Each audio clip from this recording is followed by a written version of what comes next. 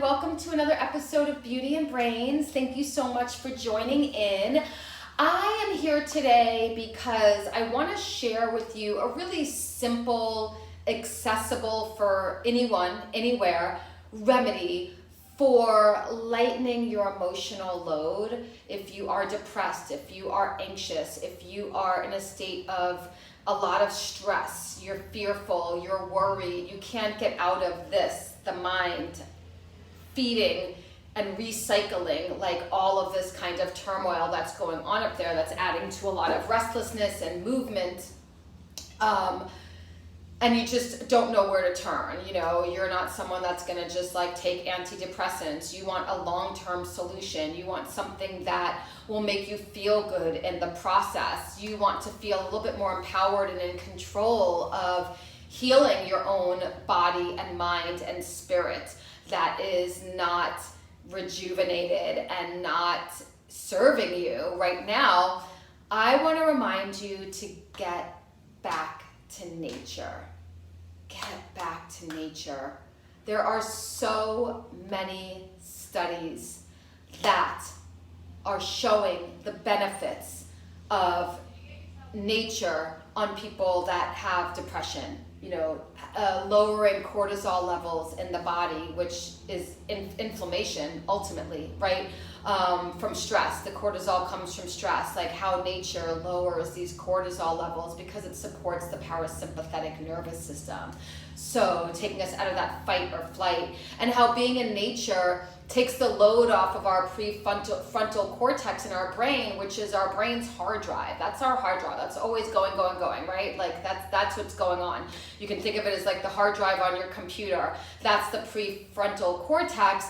And when you're in nature, this gets to take a break and allows you to just have a sense of ease and flow and relaxation, and takes you away from all your worries and your fears and your sadness.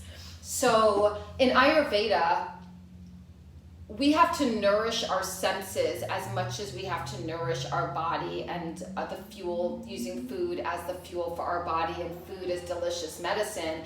We also use nature to really nourish our senses. In one way is using nature to nourish our senses, meaning what we're looking at, you know, looking at trees, looking at the sky, looking at the big puffy clouds, looking at the birds and the kids playing in the park and the squirrels, hearing birds chirping, the ocean waves crashing, kids playing in the park and laughing and giggling, right? Tasting the salt air if you're at the beach and you get that taste in your mouth, right? You're tasting that. And smelling the trees and the nature. There's been shown that there is a specific strain of bacteria in the soil. I don't know if I have the name of it here. I don't have it here.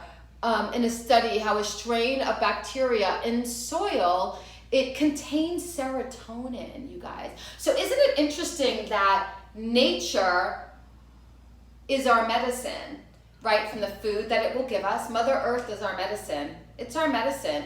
If you're feeling depressed and sad, please just get out.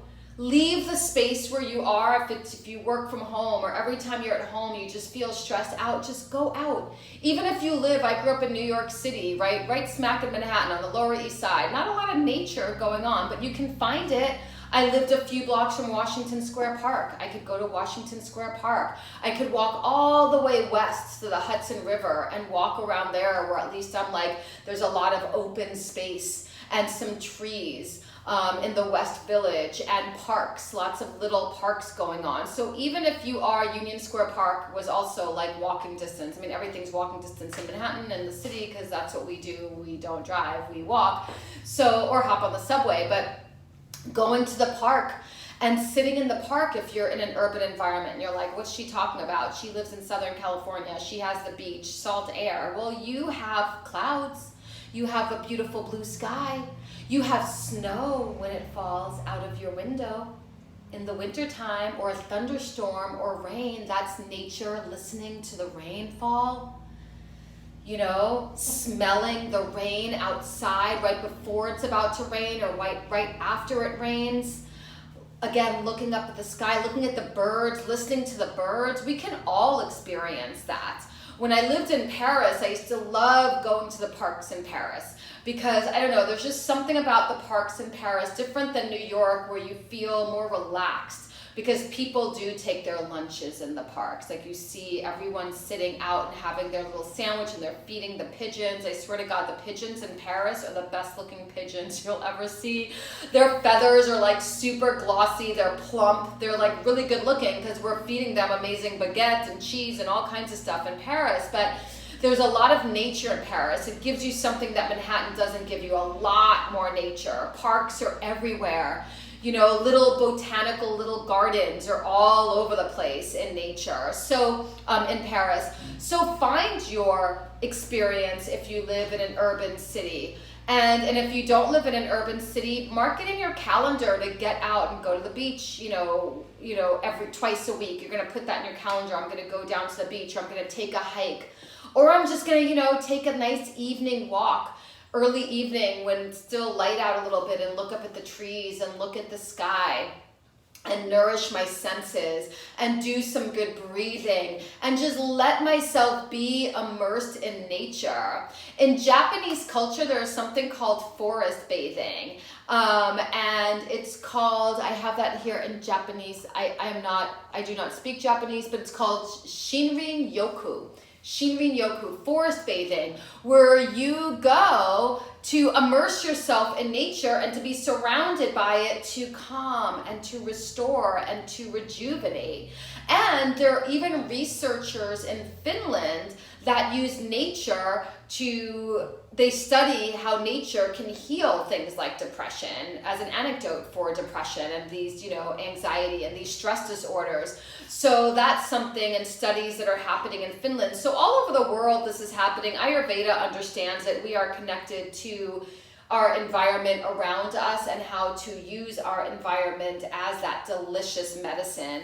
In school, our teachers always refer to the one vitamin you need is vitamin N for nature. So think of that. Get out of your environment where you are into that space and go somewhere else and ease your mind. Bring yourself some peace, please. I was speaking with, a few clients this past week, and what I found the common sort of thing that I felt like they all needed was to get out of their space and to go out and explore and connect and whether get in nature, taking a cooking class, making some friends, having some fun, taking a walk, just breaking up this mundane routine that isn't making them feel good. And I am guilty of that sometimes too. I work from home, my home office is at home, I move my entire lab into my home. I mean, it's crazy. I'm there all the time. The store has been somewhat of a respite for me, which I'm closing at the end of this month. But yeah, it's important to break it up and to get out. So if you are feeling sad, depressed, anxious, disconnected, get out in nature.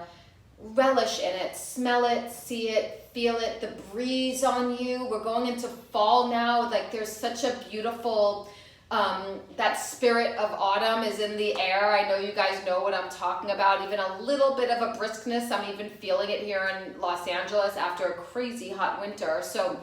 Or hot summer. So it's been really nice. So I just want to offer that to you because it's lifestyle medicine. It's free. It costs nothing and it works.